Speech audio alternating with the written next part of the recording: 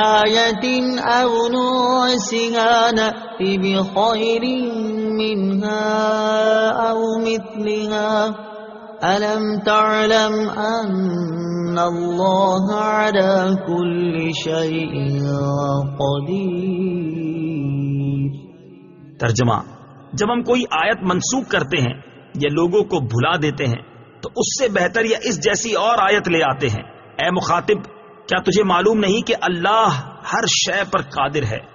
ما ننسخ، ہم جو منسوخ فرمائیں۔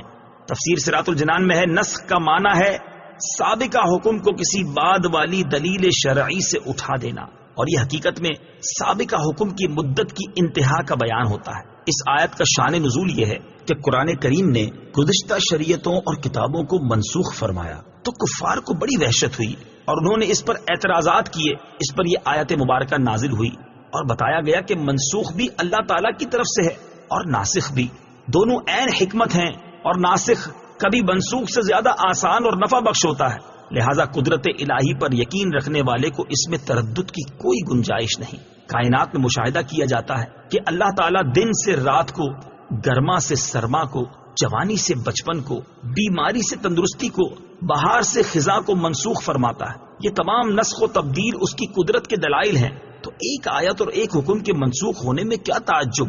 نسخ حقیقت میں سابقہ حکم کی مدت کا بیان ہوتا ہے کہ وہ حکم اس مدت کے لیے تھا اور اب وہ مدت پوری ہو گئی، صرف یہ تھا کہ ہمیں وہ مدت معلوم نہ تھی اور ناسخ کے آنے سے معلوم ہو گئی۔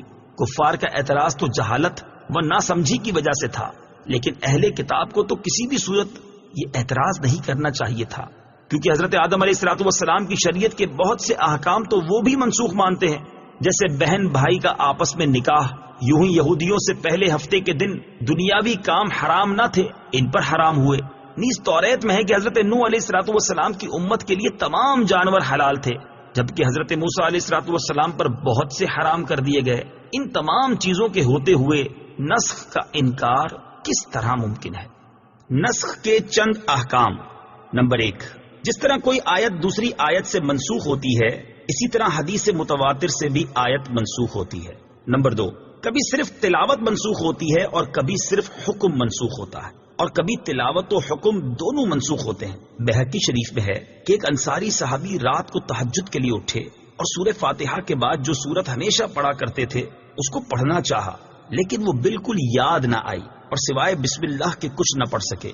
صبح کو دوسرے اصحاب سے اس کا ذکر کیا تو ان حضرات نے فرمایا ہمارا بھی یہی حال ہے، وہ سورت ہمیں بھی یاد تھی اور اب ہمارے حافظے میں بھی نہ رہی۔ سب نے بارگاہ رسالت میں واقعہ عرض کیا تو حضور پرنور صلی اللہ تعالی علیہ وآلہ وسلم نے فرمایا آج رات وہ سورت اٹھا لی گئی، اس کے حکم و تلاوت دونوں منسوخ ہوئے، جن کاغذوں پر وہ لکھی گئی تھی ان پر نقش تک باقی نہ رہے۔ نأتی بخیر، ہم بہتر لے آئیں گے۔ تفسیر صراط الجنان میں ہے فرمایا کہ ہم کسی آیت کو منسوخ فرما دیں یا بھلا دیں تو اس کی جگہ زیادہ آسان اور زیادہ ثواب والا یا کم از کم پہلے والے حکم کے برابر حکم لے آئیں گے۔ پہلے سے زیادہ سہولت والے کی مثال ہے جیسے پہلے 10 گنا تک کے لشکر سے جہاد کا حکم تھا، پھر صرف 2 گنا تک کے لشکر سے جہاد میں ڈٹے رہنے کا حکم نازل ہوا۔ زیادہ ثواب کی مثال ہے جیسے پہلے ایک قول کے مطابق روزے کی طاقت رکھنے والے کو بھی فدیہ دینے کی اجازت تھی، لیکن بعد میں اس پر روزے کا حکم ہی متعین کر دیا جو فدیہ سے زیادہ ثواب والا حکم ہے۔